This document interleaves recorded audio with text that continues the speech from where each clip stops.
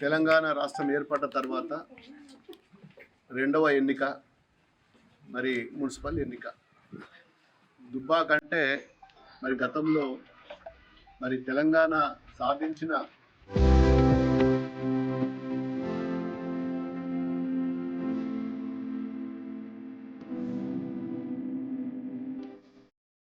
సాధనలో కీలక భూమిక పోషించిన దుబ్బాక నియోజకవర్గం, మరి దుబ్బాక పట్టణం.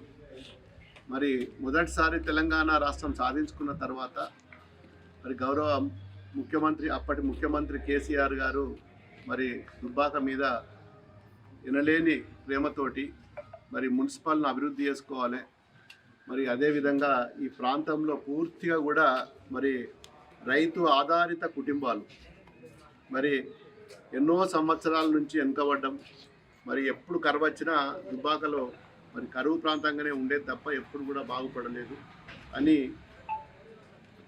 కేసీఆర్ గారు మరి దీనికి నీటి సదుపాయం కల్పించాలి, సాగునీరు కానీ తాగునీరు కానీ ఉంటేనే ఈ ప్రాంతం అభివృద్ధి అవుతుందని చెప్పి గతంలో ఎన్నో పర్యాయాలు చెప్పి మరి చెప్పిన దాని మాట మీద కట్టుబడి ఈరోజు మల్లన్న సాగరు మనం నియోజకవర్గంలో రావడం కూడా మన దుబ్బాక నియోజకవర్గ అన్ని మండలాల రైతుల ప్రజల అదృష్టంగా మేము భావిస్తున్నాం.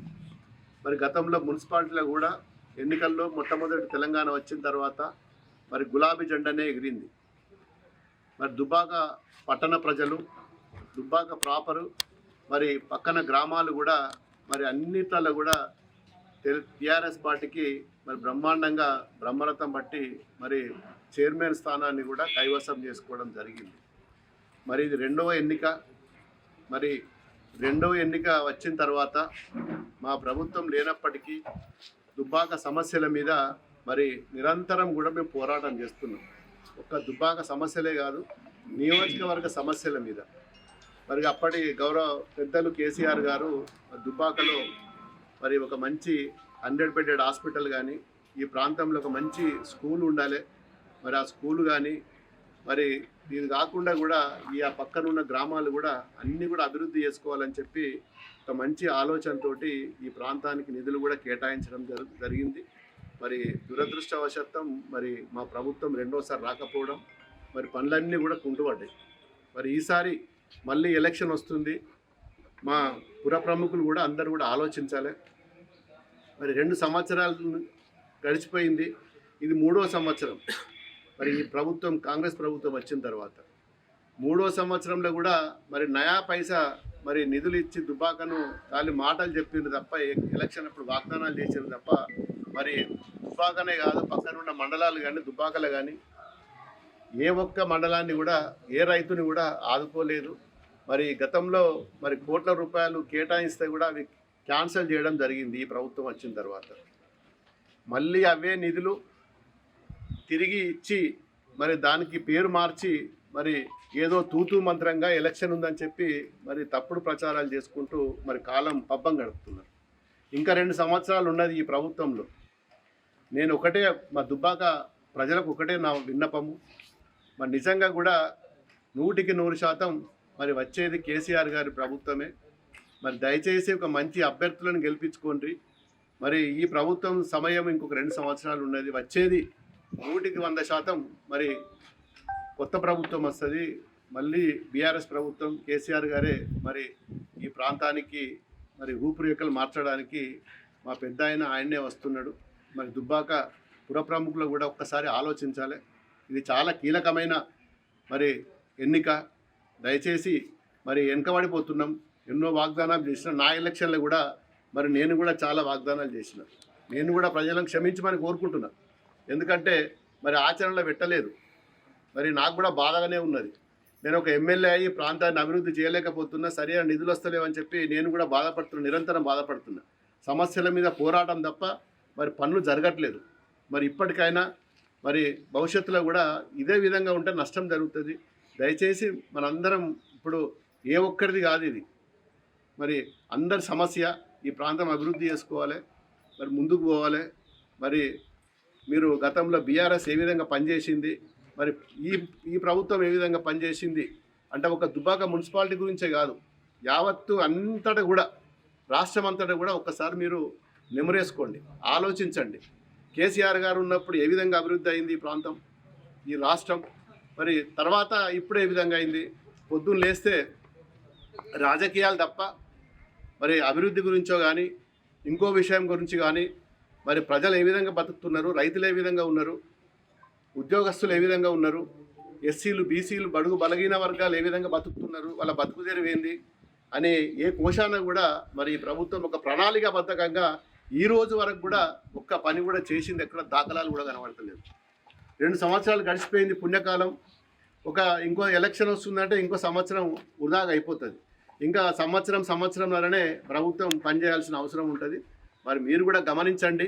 మరి ఇప్పుడు వచ్చేది కీలకమైన ఎన్నికలు.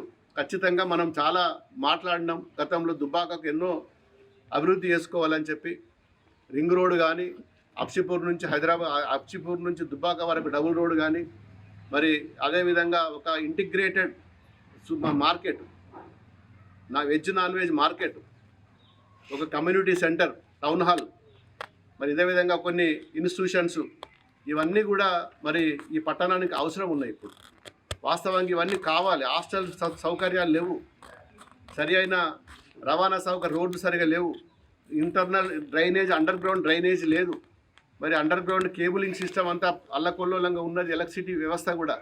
ఇవన్నీ చిన్న భిన్నంగా ఉన్నాయి. మనకు 2 చెరువులు ఉన్నాయి, కుంటలు ఉన్నాయి పక్కపక్కన మున్సిపాలిటీలో. అవన్నీ కూడా పని చేసుకోవాల్సిన అవసరం ఉన్నది. డబ్బులు కోట్ల రూపాయలు కావాలి, ఇప్పుడు 100 కోట్లు కావాలి మున్సిపాలిటీ అభివృద్ధి కావాలంటే. మరి ఇంత డబ్బు పెట్టి ఈ గవర్నమెంట్ చేసే పరిస్థితులు లేదు. దయచేసి మీరందరూ కూడా మరి ఒక 20 మందిని ఈరోజు మా బీఆర్ఎస్ పార్టీ తరఫున కారు గుర్తు మీద మరి డిక్లేర్ చేయడం జరిగింది. మా అభ్యర్థులను ప్రకటించడం జరిగింది. మరి వీరు ఖచ్చితంగా పూర్తిగా విశ్వాసం ఉన్నది. మరి వీరందరూ కూడా మేము మా వార్డులను అభివృద్ధి చేసుకుంటాం. ఇక్కడ మంచి ఆలయం ఉన్నది, వెంకటేశ్వర స్వామి ఆలయం. మరి ఆలయం ఏదైతే ఉన్నదో దేవుని దయ వల్ల అందరం కూడా గెలిస్తే, వెంకటేశ్వర స్వామి దయ వల్ల అందరం మేము గెలుస్తున్నాం. మా పట్టణాన్ని అభివృద్ధి చేసుకుంటాం, మా పల్లెలను అభివృద్ధి చేసుకుందాం అనే ఒక మంచి దృక్పథంతో ముందుకొచ్చిన అభ్యర్థులను మాత్రమే, ఎవరైతే పని చేస్తారో 1కి 4 సార్లు పరిశీలించి మంచి అభ్యర్థులను మరి మేము ప్రకటిస్తున్నాం మా పార్టీ తరఫున. దయచేసి రాజకీయాలు ఎప్పుడు వస్తాయి, ఎలక్షన్లు వస్తాయి పోతాయి, కానీ మీరు కూడా పట్టణ ప్రముఖులు కూడా ఆలోచించాలి. ఏ పార్టీ అవసరం దుబ్బాకకు, ఎవరు పని చేస్తారు, ఏ అభ్యర్థి గెలిపించుకుంటే బాగుంటుంది, ఇవన్నీ కూడా ఈరోజు మీ మీద ఉన్నది.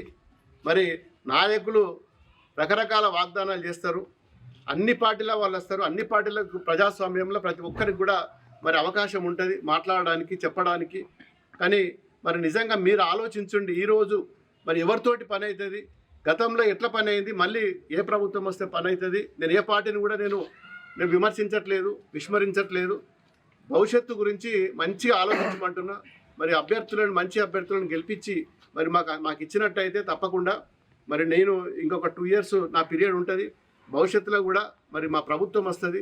ఏది ఏమైనా ఈ ప్రాంతాన్ని అభివృద్ధి చేయాలని ఒక మంచి సంకల్పంతో మరి మేము ముందుకు వచ్చిన మనల్ని ఆశీర్వదించి మా అభ్యర్థులను గెలిపించవలసిందిగా దుబ్బాక పుర ప్రముఖులకు, మా మున్సిపల్ పరిధిలో ఉన్న అన్ని గ్రామాల ప్రజలకు, మరి హైదరాబాద్లో ఉన్న ముఖ్యమైన నాయకులకు అందరూ కూడా ఓటు హక్కును సద్వినియోగం చేసి సమయానికి వచ్చి మా అభ్యర్థులను గెలిపించి ఆ బీఆర్ఎస్ పార్టీని అప్పటి ముఖ్యమంత్రి కేసీఆర్ గారిని మరి దీవించి మరి ఇక్కడ మంచి ఒక క్వాలిటీ ఆఫ్ ద లీడర్స్ను ఇవ్వవలసిందిగా అందరినీ కూడా పేరున మరి అభ్యర్థిస్తూ నేను 20 మంది అభ్యర్థులను ఈరోజు ప్రకటించడం జరిగింది.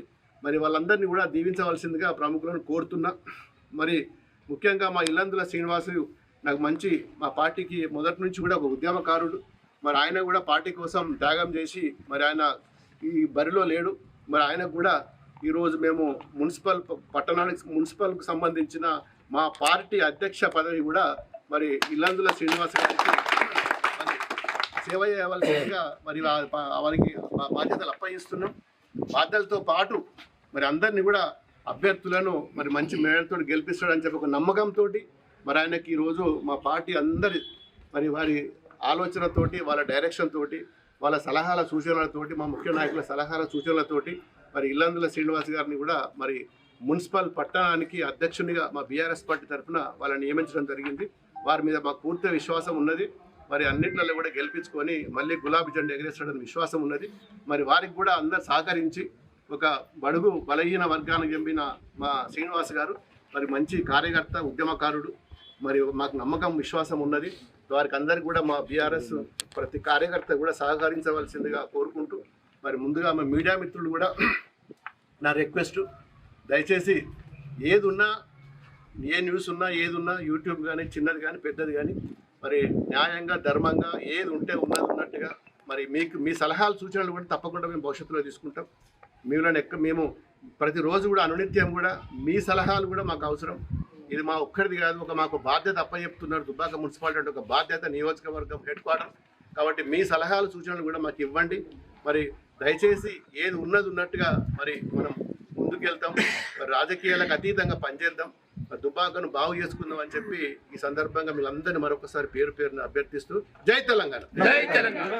Local to global news at your fingertips. మీ చేతిలో ఒక ఆయుధం. Download raw TV app. Media legend Ravi Prakash is back.